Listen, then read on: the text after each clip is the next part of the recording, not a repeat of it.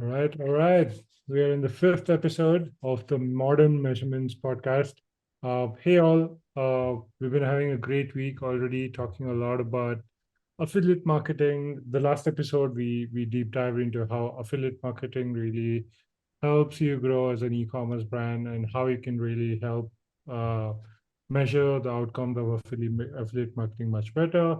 And yeah, in there we definitely had a little bit talk around how TikTok is really helping create that market and create that opportunity. But we're going to deep dive on how you as an e-commerce brand can really grow your brand on TikTok and gain that ROI in 2024. Today I have with me Tyler. Tyler is the associate director of social and digital strategy at RPA. Right. So welcome, Tyler. Thank you so much for joining in. Yeah, thank you. Excited to be here and talk all things TikTok. Awesome. Recently, you've had some good runs with Honda being your hero account, right? I'm really, uh, I'm so excited to feel that, hey, you were part of like really all the, you were the part, you were the backbone of all those crazy campaigns which Honda did. And it's really good to know around that. But uh, you've had a decent career. You've had some amazing wins over the course of past 11 years. So when it comes to social and digital, let's start out with what have you seen change when it comes to from a brand building standpoint, especially on how people consume content or how perceive brands. But what do you feel? How that has improved over the course of time? Yeah. Well, thank you. I mean, for the kind compliments and words, I am one of many that have put all the things together. So I'm just a proud mere representative. But yeah, I mean, I think the way that brands and people are interacting with social has changed quite a bit over the years. And most recently, you know, we really have to remind ourselves that we need to meet people where they are a lot of times. I would say at the dawn of social media advertising for brands, like it was pretty easy to be a tastemaker. Like you could set the stage, you could help describe what was cool, you could lead sort of that conversation because, at one point everyone was going to Facebook or going to Twitter and really being sort of active and engaging. And I think now that there's, TikTok and Be Real and, there's all these like smaller platforms that people are spending more time on or spreading themselves pretty thin. Mhm. Um, it's an opportunity for brands to sort of appear differently, to show up differently and really make themselves more present to social audiences. And it's just a good reminder that we have to sort of it's no longer us being the leader or the tastemaker, but now we have to really show up and be in the spaces that people are Right. in, but then show up in ways that they want us to be in as well. Right. Uh, just wanted to ask one thing. Does Honda have a TikTok account? We do, yes. Okay, okay, great. So that's a good way to start this podcast then. Cool. So folks like Honda have been there pretty much from, I don't know, 2 decades or 3 decades, uh, pretty much growing their company. And TikTok comes into play and creates this new wave of attention in the world that, hey, okay, we're gonna start out with something really fun. We're gonna make social what it is. We're gonna make sure that people have, fun in it. They smile and they pretty much hang around with people around that time. And I mean, COVID did its thing to just take this into a different level altogether. And as this came along, a lot of advertising agencies had to evolve. A lot of creators came into play to build on TikTok, and we've seen the entire boom of how this has grown. Now, when a brand like Honda, for example, right, comes into TikTok, uh, what are some of the things that they really look at, especially you handle the account, what are some of the foundational layers that you thought was necessary to at least start growing the account and growing the perception of Honda? I'm just taking Honda as an example, but you can generalize this across the table for all of your accounts.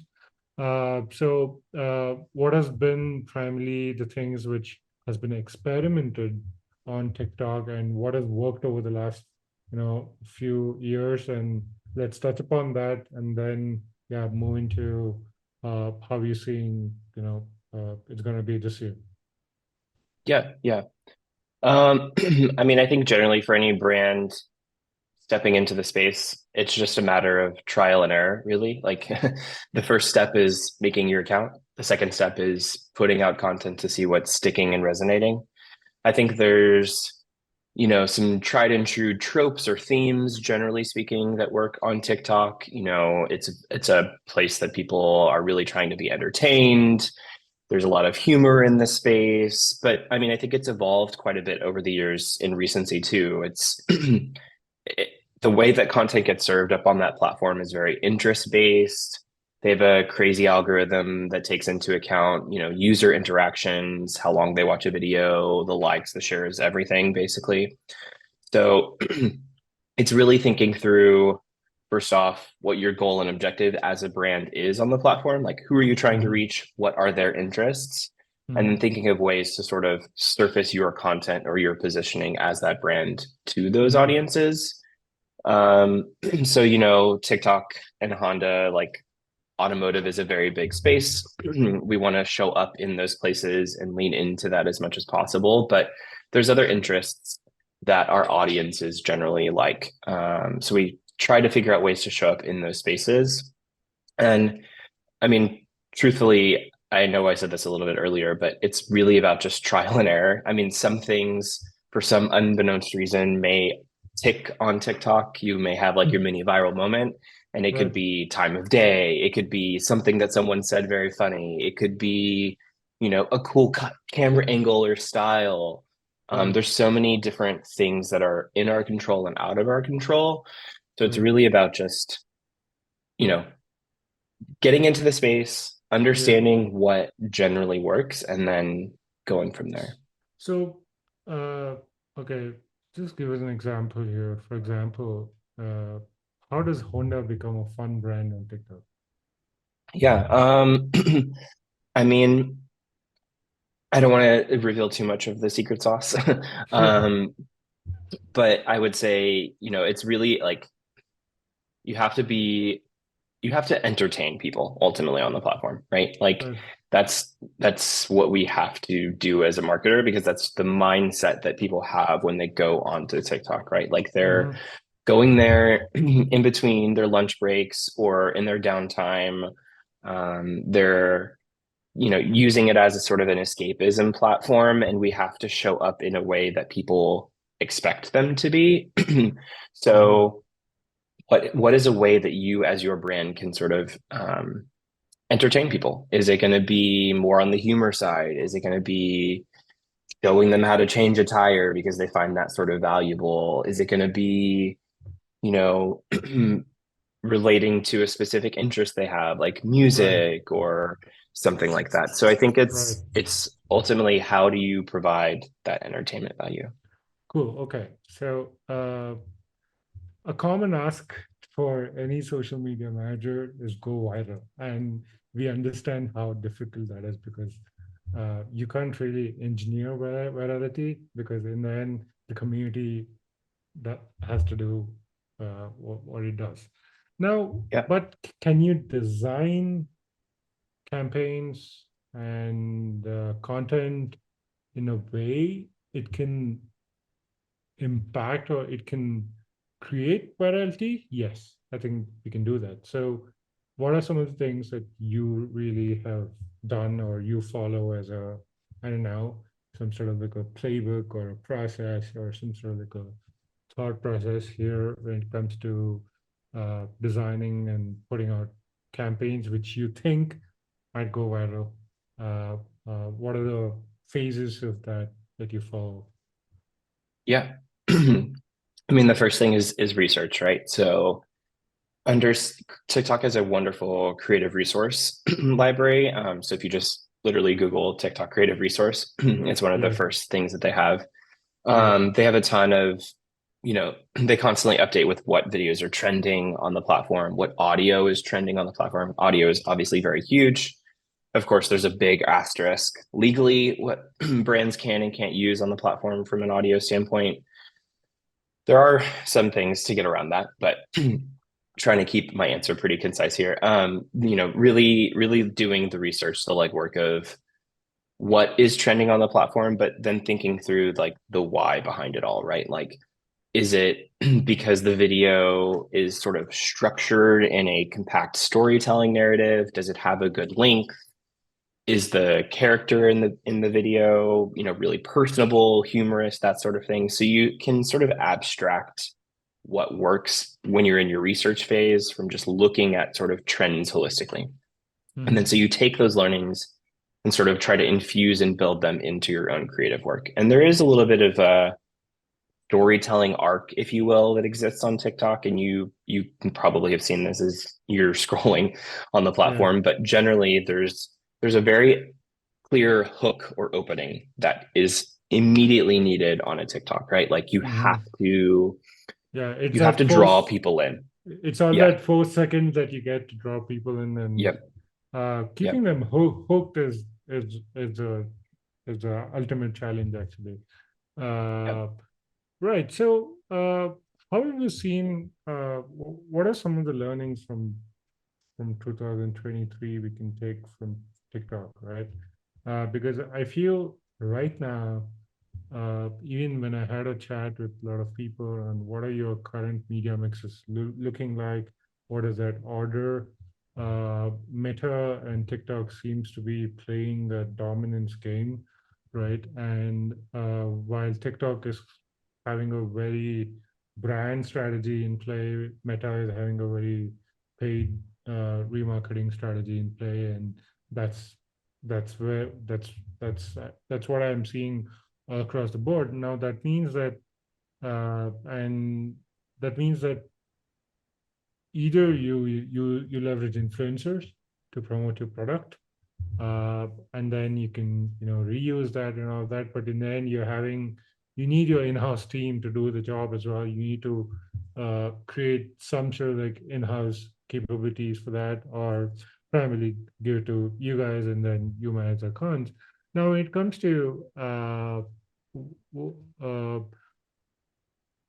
well, what's working is a very measurable question here, because that that differs from what brands need. But what do you guys really measure and tell to your clients with respect to what has worked, and how do you really uh, quantify that to your clients?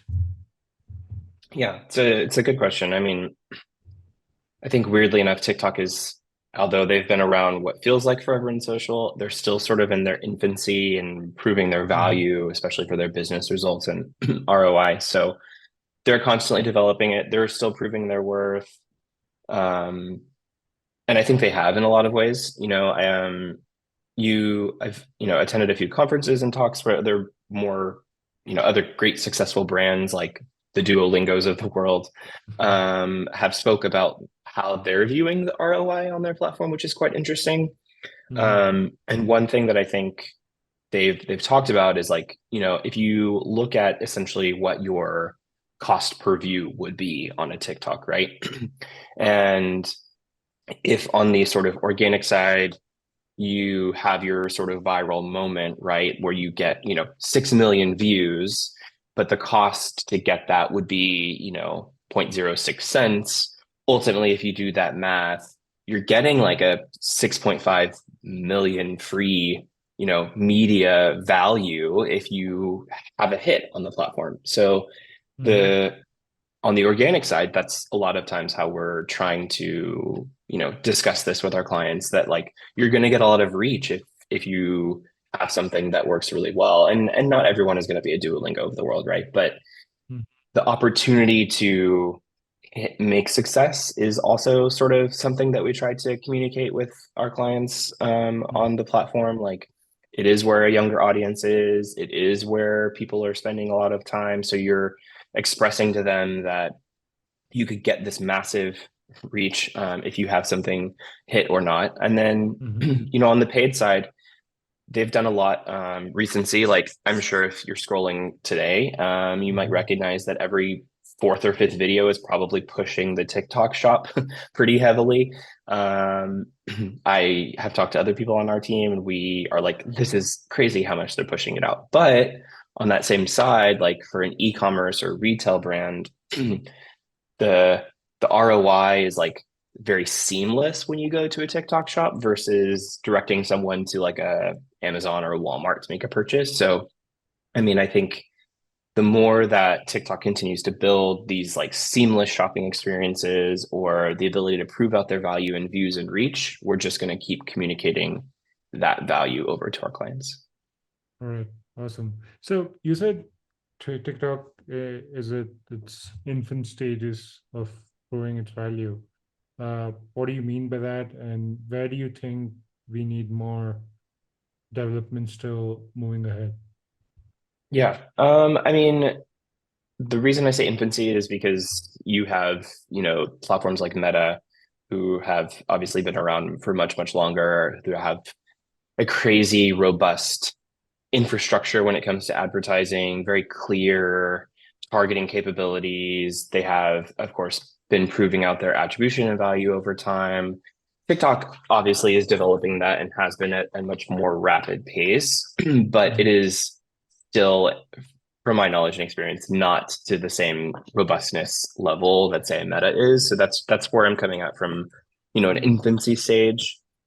And I think that broadly speaking, just general cultural zeitgeist when it comes to TikTok. Like, there's talks of it every now and then in government, are pulling it off their phones. There's legislation around the app specifically just because of the nature of who owns it. But I think that's in part where they still need to sort of come over that hurdle and prove their value from that sense because there's a lot of hesitation from marketers because of security issues around it or things of that nature. So I Mm-hmm. think that's going to be a big step that most need to think through. Mm-hmm. So you also mentioned Be Real as well as the next platform. So uh, are people experimenting on Be Real right now? If so, what are the kind of audiences compared to TikTok Be Real has, and how are because it's again a new it's again that problem of uh, attention and making sure that and different phases of the journey which customers are in. How is Be Real uh, pulling up TikToks or Meta's weight? Yeah. I mean, I think if we were having this conversation a year ago, it'd be a very different story. The things that I've read about Be Real, obviously, is that it's on the decline. People are not downloading it as much or using it as much, but it's Mm-hmm. still something to keep an eye on and monitor. Mm-hmm. I would say, at first launch, there's been a few brands that were experimenting on it, specifically like Chipotle, I believe, had ran a few campaigns where they would post on their Be Real a coupon code. And so you would go into the store and show them their coupon code and you'd be able to leverage it that way. So I think there's been a few instances of that. I haven't seen a ton of brands leveraging it honestly since, but I have seen or known that they are developing their brand profiles. So that could Mm-hmm. reopen the door for a lot of people. But I'm still a little hesitant on its overall user base, just seeing that we're seeing it decline generally. So Mm-hmm. my personal stance on it is just continue to monitor and see if it ever upticks.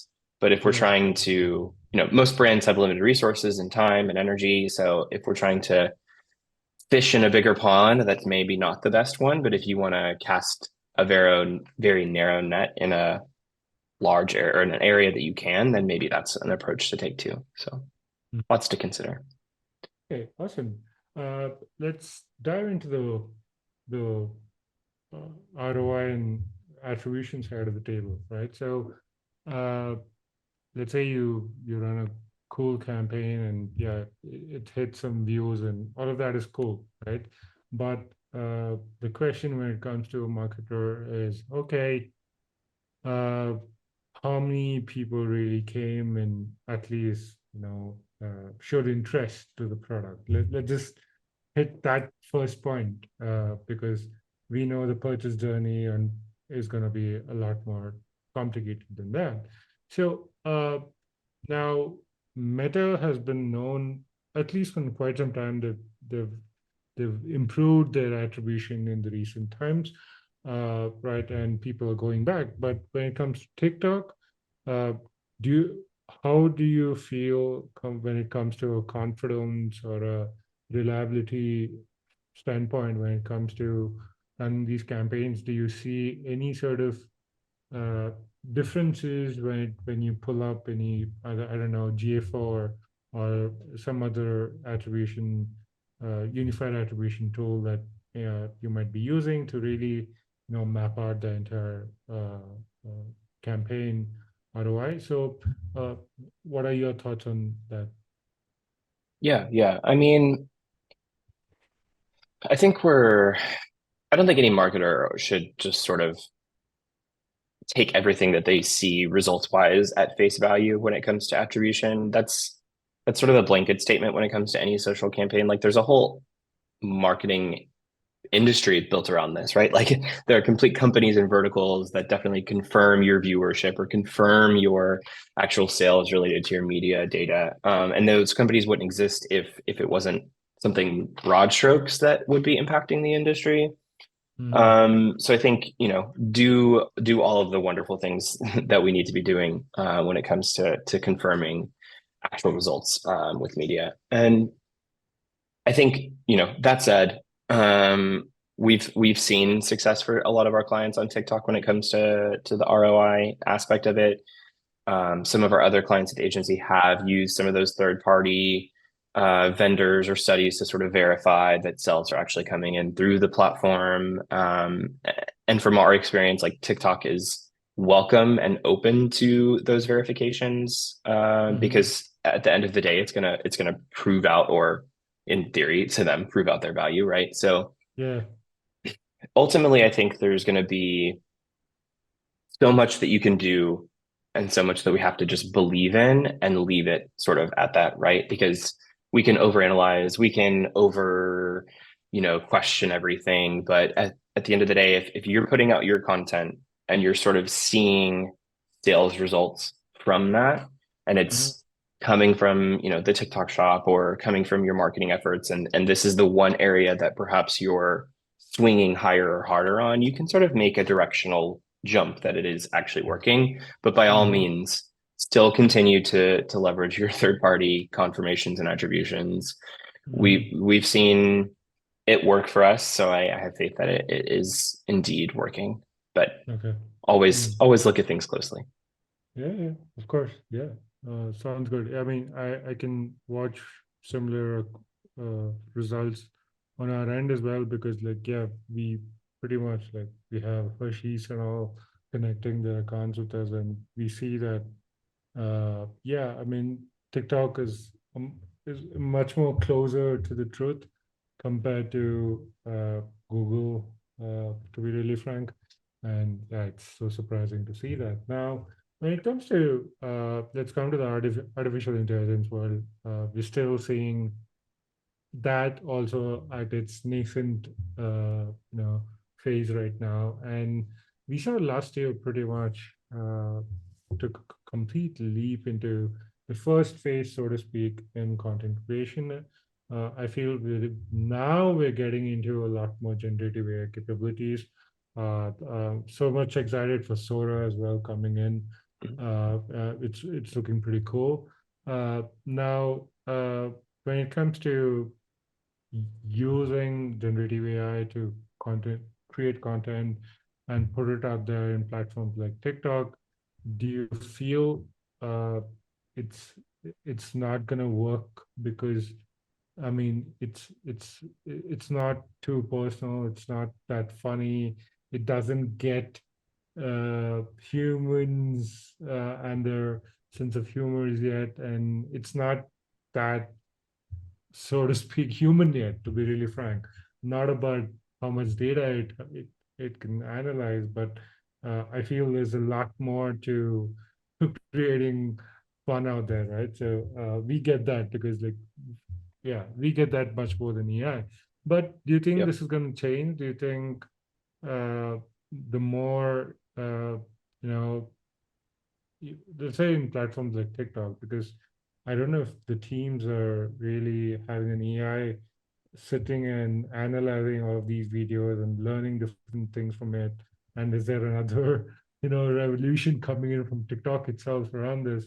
Not sure about this, but uh, do you feel are we there yet when it comes to using AI for content creation? Because I know capabilities of AI in the backend and data analysis is so much clearer because we know it can save us a lot of time. It can give us intelligent decision-making capabilities, but still when it comes to content creation, I am still 50-50 on this. Yeah. Yeah.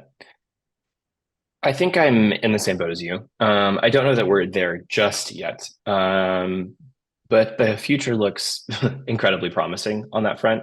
I Mhm. mean, the deep fakes that are out in the world are getting people.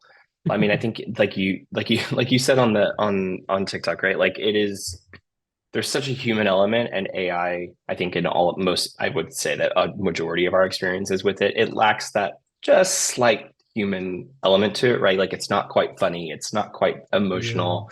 There's some yeah. massaging that has to go through it. But on the Mm. other hand, like I would say maybe a year ago now, there was that viral TikTok where like the buses were driving through London with the Maybelline eyelashes, right? And that turned out to be an AI, and so many people thought it was a clever marketing stunt. Like it made the leap out of TikTok like onto LinkedIn, I saw, or other platforms, and I think that is proof, right, that there is something tangible there in leveraging AI Mm. into a space like TikTok that is Yeah, almost like, I also wouldn't it saw be cool?